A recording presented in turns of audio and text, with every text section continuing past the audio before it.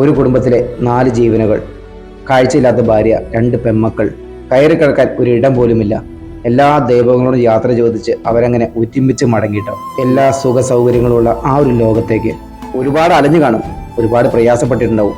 എല്ലാ വാതിലുകളും അടച്ചതിന് ശേഷമായിരിക്കും ഇങ്ങനെ ഒരു തീരുമാനത്തിലേക്ക് എത്തിയത്. എൻ്റെ നാടായ മൂവാറ്റുപുഴ ആറിലേക്കാണ് ഇവർ എടുത്തു ചാടിയത്.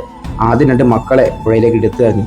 അതിനുശേഷമാണ് അവർ 2 എടുത്തു ചാടിയത്. എൻ്റെ തൊട്ടടുത്ത പ്രദേശമായ കോതമംഗലം സ്റ്റേഷനിലെ പോലീസുകാർ കിടക്കാൻ വീടില്ല എന്ന് പറഞ്ഞ സമയത്ത് ആദ്യം ലോഡ്ജ് എടുത്ത് കൊടുക്കുകയും പിന്നീട് പിറ്റേന്ന് തന്നെ ഒരു ചെറിയ വാടക വീട് തയ്യാറാക്കി കൊടുക്കുകയും ചെയ്ത ആ ഒരു പോലീസുകാരുടെ വാക്കുകൾ കേട്ടിട്ട് സത്യം പറഞ്ഞ നെഞ്ച് പിടഞ്ഞു പോയിട്ടോ.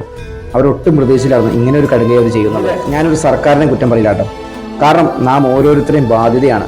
നമുക്ക് ചുറ്റുമുള്ളവരെ ബുദ്ധിമുട്ട് അനുഭവിക്കുന്ന ആളുകളെ തേടി പിടിച്ച് അവർക്ക് വേണ്ട കാര്യങ്ങൾ ചെയ്തു കൊടുക്കുക എന്നുള്ളത് നാം ഓരോരുത്തരെയും ആവശ്യം തന്നെയാണ്. ഈ ഒരു കാഴ്ച കാണുന്ന സമയത്ത് നെഞ്ച് പൊട്ടിപ്പോകട്ടോ. കാരണം ഈ ഒരു പ്രായത്തിലുള്ള മക്കളും നമുക്കുള്ളതല്ലേ.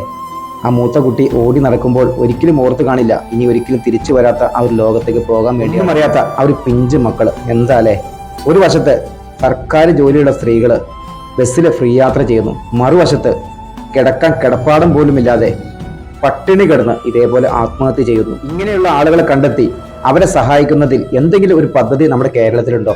അല്ലാതെ ഏത് സർക്കാർ മാറി മാറി ഭരിച്ചിട്ട് ഒരു കാര്യമില്ല കേട്ടോ.